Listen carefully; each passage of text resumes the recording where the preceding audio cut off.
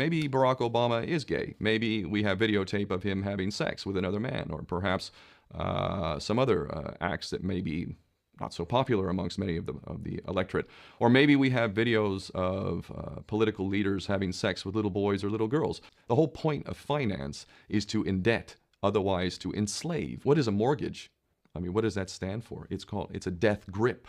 So when you get a mortgage, you have a death grip held over you because you are in debt. You don't even own the house. The bank owns the house that loaned you the money to buy the house, unless you're fortunate enough to have all the money to buy it outright. And even then, you can be taxed by the government, and if you fail to keep up with those taxes, the government can then take it from you. The whole system is based on a financial fraud, which effectively takes the power that we have and it gives it to a tiny group of individuals who are running the world through the control of finance.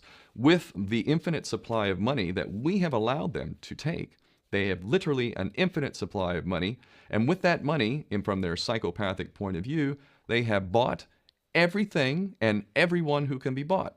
So those of us who cannot be bought, because we operate on a level that goes way beyond the material, we are not rewarded for such behavior. We are punished for such behavior. And the most slovenly, disgustingly criminal, pedophilia, corrupt moral individuals, those are the ones that are rewarded in this system, which is upside down. We reward the pedophiles, we reward the corrupt, we reward the liars, we reward the people with no morals at all, and usually we compromise them under this system in terms of maybe a videotape. Maybe Barack Obama is gay. Maybe we have videotape of him having sex with another man, or perhaps some other acts that may be not so popular amongst many of the electorate. Or maybe we have videos of political leaders having sex with little boys or little girls. If I was in charge of the world and I was a psychopath and completely drunk on my own power, you can bet damn sure that's what I would do. I wouldn't allow anyone in a position of power who wasn't completely compromised. When you have an infinite supply of money, you can do this. Take that supply of money away, take that power back, put it in the hands of the people, get rid of fractional reserve banking, which is obscenity in itself. Listen to the lessons of Jesus Christ. If you're a Christian who got really pissed off when he went to the temple and he saw what the money changers were doing, let's take back control of the issuance of money, and not just on a national level. I'm happy to see in Denmark that you have your own currency. You don't have the euro.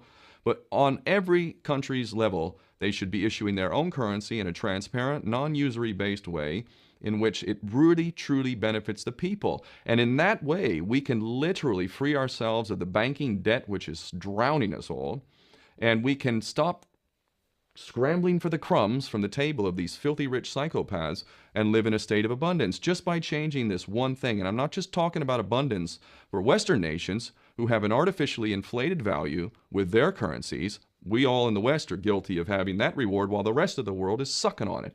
Every nation in the world can use a sensible financial policy to liberate themselves, to have world-class education, infrastructure. Everything that a healthy society would require can be had in the worst, most corrupt African country in any part of the world. We can all have that if we simply change that one thing. John F. Kennedy did that about 6 months before he was taken out. He issued United States notes as opposed to Federal Reserve notes. I can assure you the powers that be knew the power of that act, and they took him right out. So the bottom line is, if we as people understand this very simple principle, just this one thing, change this one thing, we can solve every other problem you can name. I don't care what the problem is. I can bring it back to the financial system and an infinite supply of money for a bunch of psychopaths who are running the world, as opposed to an abundant supply of money for all of us. So in that sense, I'm very optimistic. This is not rocket science. I am not the smartest guy in the room. We can all understand this. And as soon as we do, we can exercise the same power that we had, but relinquished, and we can have a future for ourselves and our children.